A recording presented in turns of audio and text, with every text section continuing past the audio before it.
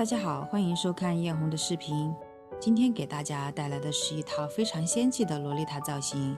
这次的整体造型是淡蓝色的，非常的仙气。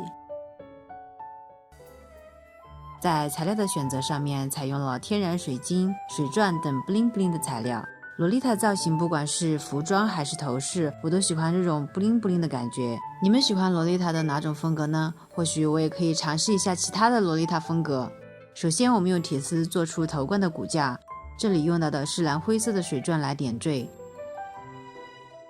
将透明的水钻吊坠挂在外骨架上，并将树叶状的配件用铜丝固定在外骨架上，将每个叶片上都镶嵌上水钻。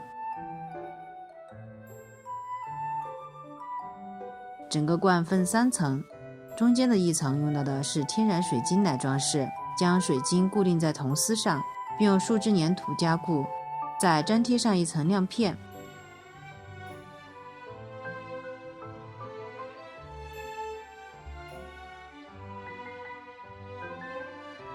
每条水晶按照高矮错落的顺序固定在铜丝上，最后再固定在头冠的中间，这样一个头冠的整体就差不多完成了。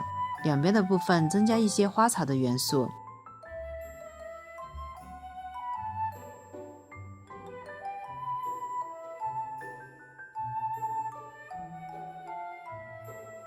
耳边是2个镶满水钻的小翅膀。接下来我们再来增加一点点细节。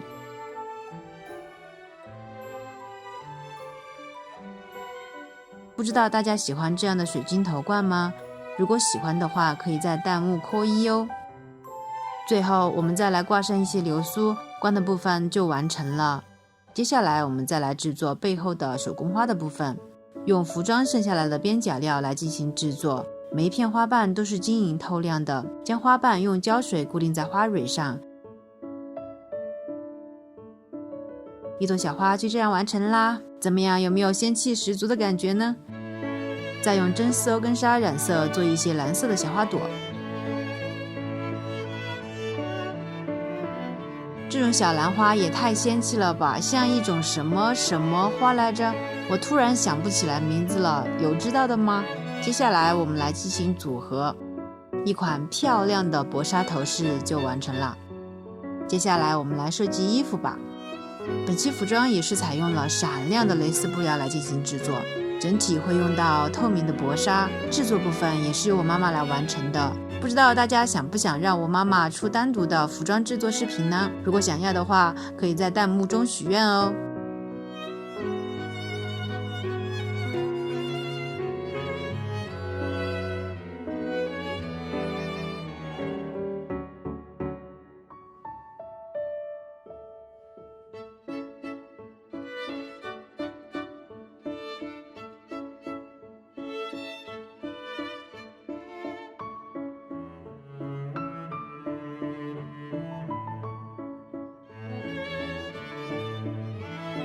第一次穿洛丽塔的服装给大家做展示，我还是蛮紧张的。为了更好的展示作品，我也开始减肥了。但是我是那种超级难受的体质，有没有跟我一样是易胖体质的小伙伴呀？15天我只瘦了5斤，不过我觉得我真的已经尽力了。我后面也会坚持锻炼和减肥。有一起打卡的小伙伴吗？可以举手哦，让我看一下。好了，我们来看一下展示吧。